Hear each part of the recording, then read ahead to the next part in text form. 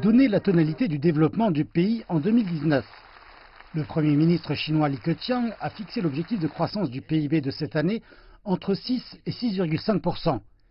Il a considéré ce qui a été réalisé en 2018 avec une croissance de 6,6%, dépassant les 90 000 milliards de yuans.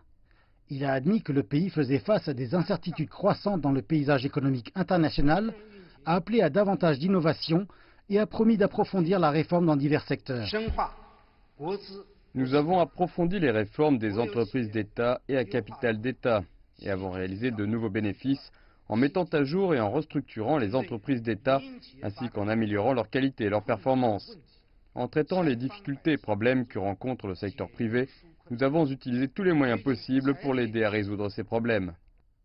En complément à la macroéconomie générale, le rapport rappelle également les financements mis à disposition des petites et moyennes entreprises.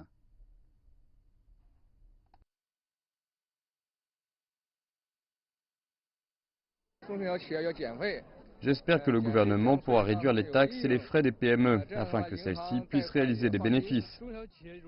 J'espère que les mesures pour faciliter l'environnement des affaires pour les PME pourront être mises en place dans leur totalité.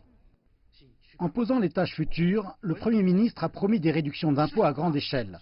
Le gouvernement approfondira la réforme de la TVA, réduisant le taux actuel de 16% dans la production et les autres industries à 13%, et abaissera le taux dans les transports, la construction et les autres secteurs de 10 à 9%.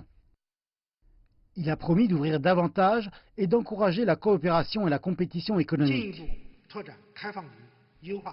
Nous ouvrirons davantage un plus grand nombre de secteurs et améliorerons l'étendue de l'ouverture, continuerons à promouvoir l'ouverture sur la base des flux de marchandises et des facteurs de production et mettrons davantage l'accent sur l'ouverture sur la base des règles et des institutions qui y sont liées. Les décideurs politiques chercheront à créer 11 millions d'emplois cette année et le taux de chômage sondé dans les zones urbaines sera maintenu à environ 5,5%.